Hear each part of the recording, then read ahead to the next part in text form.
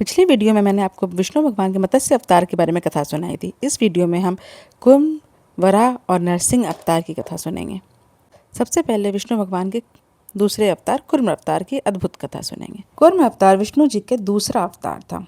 बहुत समय पहले देवता और असुरों के बीच लगातार युद्ध होता रहता था। एक बार असुर इतने शक्तिशाली हो गए, उन्होंने देवताओं को हरा दिया। हारकर देवता बहुत दुखी हुए और मदद के लिए विष्णु जी के पास पहुंचे। देवताओं ने कहा, हे प्रभु, अब आप ही हमारी रक्षा करिए। प्रभु, असुरों ने हमें हरा दिया है। भगवान विष्णु ने कहा, अगर समुद्र मंथन किया जाए तो उसमें से अमृत निकलेगा। उस अमृत को पीकर देवता फिर से शक्तिशाली हो सकते हैं, लेकिन समुद्र मंथन करना बहुत कठिन था। इसके लिए एक विशाल पर्वत और एक बड़ी रस्सी की जरूरत थी।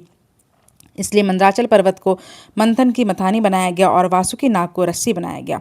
देवता और असुर दोनों मिलकर समुद्र मंथन करने लगे, लेकिन जैसे ही मंथन शुरू हुआ, भारी पर्वत मंदराचल समुद्र में डूबने लगा।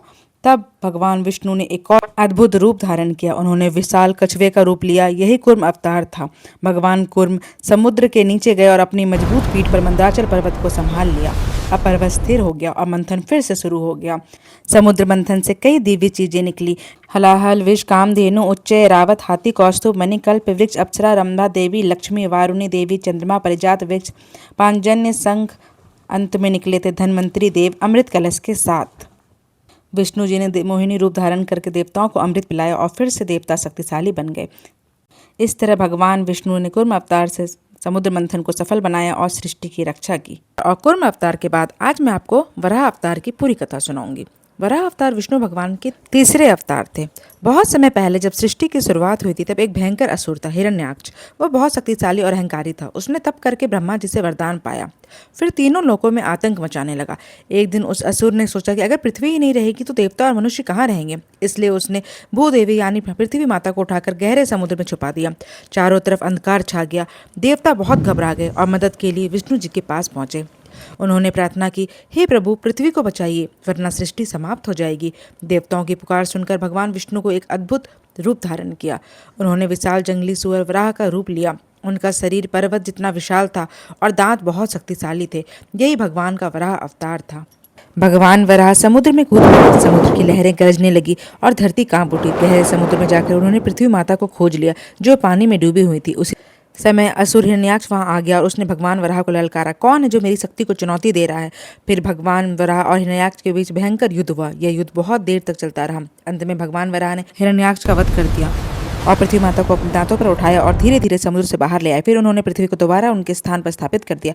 देवताओं ने भगवान विष्णु की स्तुति की और सृष्टि फिर से सुरक्षित हो गई। इस अवतार से हमें यह शिक्षा मिलती है कि जब भी दुनिया पर संकट आता, तब भगवान किसी न किसी रूप में आकर धर्म और सृष्टि की रक्षा करते हैं। मत्स्य, कुर्म एवं वराह अवतार के बारे में बताने के बाद अब मैं आपको विष्णु भगवान के चौथे अवतार के बारे में बताने जा रही हूँ, जो है नरसिंह अवतार। बहुत समय पहले एक शक्तिशाली असुर राजा था, हिरण्यकश्यप। वह बहुत घमंडी और क्रूर था। उसने कठोर तपस्या करके ब्रह्मा जी से एक विशेष वरदान प्राप्त किया। उसे वरदान था कि ना कोई उसे मनुष्य मार सके, ना ही पशु मार सके, ना दिन में मार सके, ना रात में उसकी मृत्यु हो, ना घर के अंदर हो, ना वो बाहर मरे, ना धरती पर मरे, ना आकाश में मरे, ना किसी अस्त्र से, ना किसी शस्त्र से उसकी मृत्यु हो। इस वरदान के बाद हिरण्यकश्यप बहुत अहंकारी हो गया। उसने पूरे राज्य में आदेश दे दिया कि सब लोग उसी की पूजा करें। लेकिन उसका बेटा प्रहलाद भगवान विष्णु का परम भक्त था। वह हमेशा ही नारायण नारायण का जाप करता रहता था। हिरण्यकश्यप को यह बिल्कुल पसंद नहीं था। उसने कई बार प्रहलाद को मारने की कोशिश की। उसे ऊंचे पहाड़ से गिराया, जहरीले सांपों के बीच डाला, आग में बैठाया, लेकिन हर बार भगवान विष्णु की कृपा से प्रहलाद बच गए। एक दिन क्रोधित होकर हिरण्यकश्यप ने प्रहलाद से पूछा, तुम्हारा भगवान कहाँ है। प्रहलाद ने शांत होकर कहा, भगवान हर जगह है। गुस्से में हिरण्यकश्यप ने महल के एक स्तंभ पर गदा से प्रहार किया और पूछा, क्या भगवान स्तंभ में भी है। तभी उस स्तंभ से भयानक गर्जना हुई और भगवान विष्णु नरसिंह अवतार में प्रकट हुए, आधे मनुष्य और आधे सिंह। यह समय संध्या का था, न दिन था न रात। भगवान नरसिंह ने हिरण्यकश्यप को महल की दहलीज पे पकड़ लिया, जो न अंदर था न बाहर। उन्होंने उसे अपनी गोद में रखा, जो न धरती थी न आकाश, और अपने नाखूनों से उसका वध कर दिया, जो कोई न अस्त्र थे न शस्त्र थे। इस प्रकार भगवान ने अपने भक्त प्रहलाद की रक्षा की और अधर्म का अंत किया। सच्ची भक्ति और विश्वास से भगवान हमेशा अपने भक्तों की रक्षा करते हैं। अगर अच्छा लगा तो प्लीज़ मेरे चैनल को सब्सक्राइब करें।